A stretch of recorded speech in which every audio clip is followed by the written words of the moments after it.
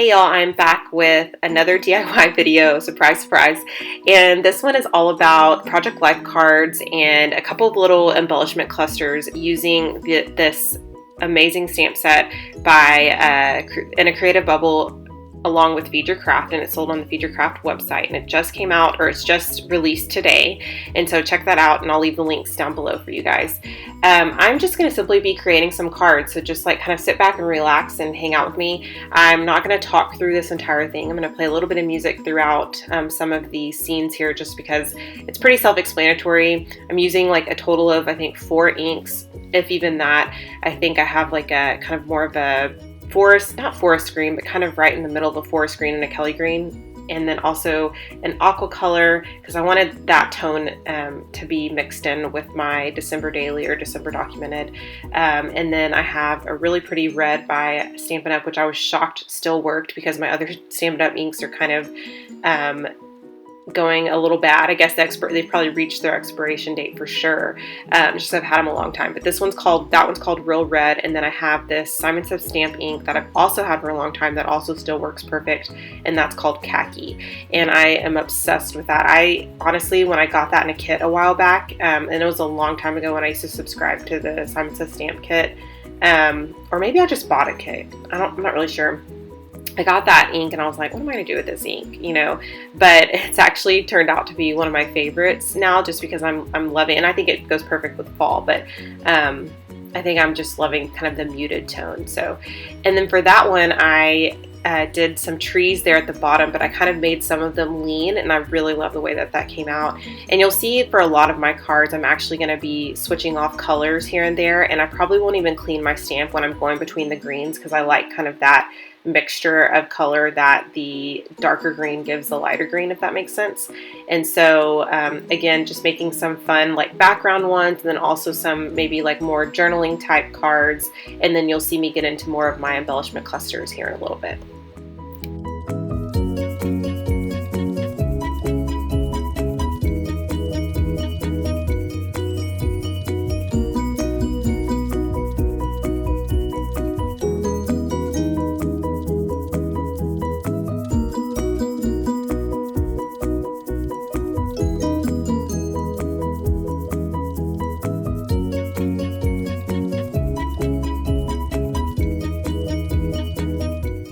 So I also went ahead and cut some 3x3 cards. I wasn't sure what type of pockets I was going to be using, or if I'm going to be using pockets.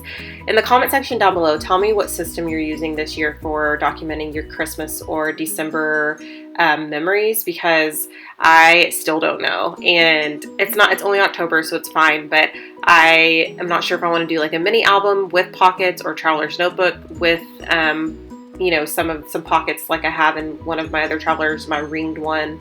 I'm not sure, so I'm just kind of I'm not really too concerned about it, but at the same time I kind of want to figure it out so that I have my supplies ready to go.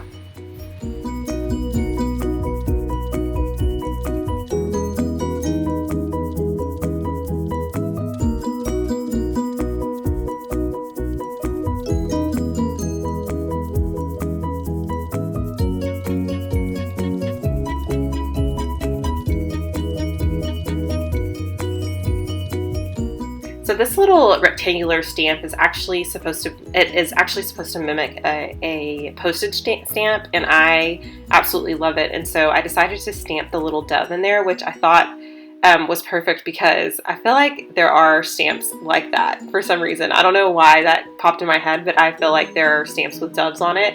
And so I decided to do that, and then also to throw in some red. I used a little sentiment that said, "Oh, what fun."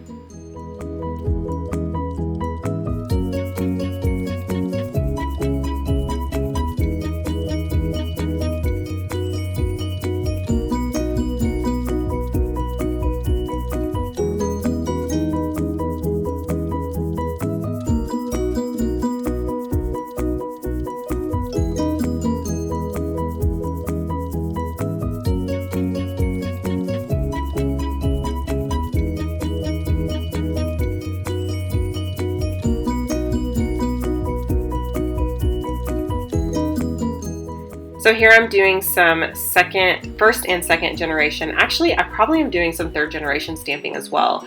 And that is just to get kind of a fun little, just kind of a rustic look. I'm not really sure how to explain it, but it doesn't look perfect and I like that. And so I'll do that a couple of times in some of these cards. I think I do it in this one, that one, and then the one that I'm working on now. And actually this one I decided to leave it. Oh, I know what I did. I stamped it and then I realized it was super lopsided. So I was like, maybe I should draw a pencil line just so that I can make sure that I stay within that pencil line, because I just wanted the stamping to be at the top. And I really like the way that one came out.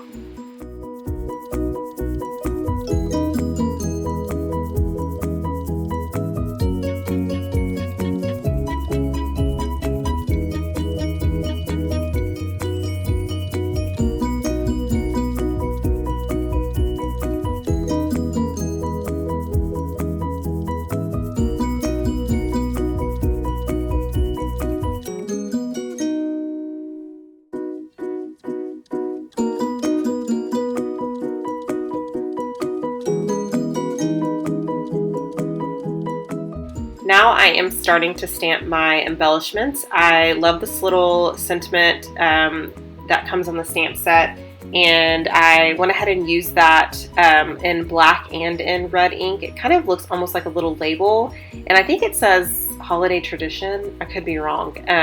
You'll see close-ups, but I went ahead and stamped a couple of those, and then I'm going to stamp a couple of these little postage stamps and then just choose a little icon to go on the inside. And then I'll set those aside. I'll cut those out in just a second. I'm gonna go ahead and make one more little background card so that I can cut from that, and then I'll start building my embellishments.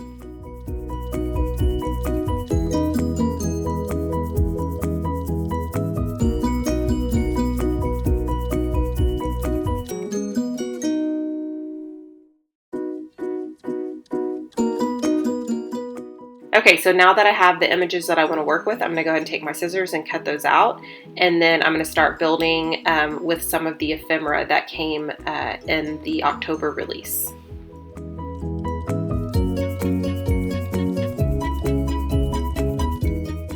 You guys know I couldn't do a video without using my punches. I know a lot of people, well, I shouldn't speak for people, but I wonder sometimes if it's a struggle for people to watch these videos when they don't have the tools. And do know that like things like ticket shapes and circles you can obviously cut yourself. I just have the tools and so I use them. A ticket shape is so easy. It's just a rectangular shape with the corners cut off. Same thing with half circles, and same thing with your circles. You basically just can cut them. And here's another thing that I want to tell you. The circle does not have to be perfect. I actually think wonky circles are very trendy. And so if you don't want perfect circles and you want kind of some more like cool edges, I guess, then just take your scissors and cut some circular images. But some people are very good at using their scissors and cutting out images. I'm not one of those people. So I do have the tools for convenience, and that is, I think it's been the best investment. The dies and the punches have been probably my best craft investment of all time. It's pretty close to the silhouette too, but I probably reach for those tools more often. I am pretty much done with this project. I had so much fun creating these. Let me know what you think in the comment section down below, and then also tell me what system you're going to be using, and give me a thumbs up if you like this video, and I will talk to you guys soon. Bye.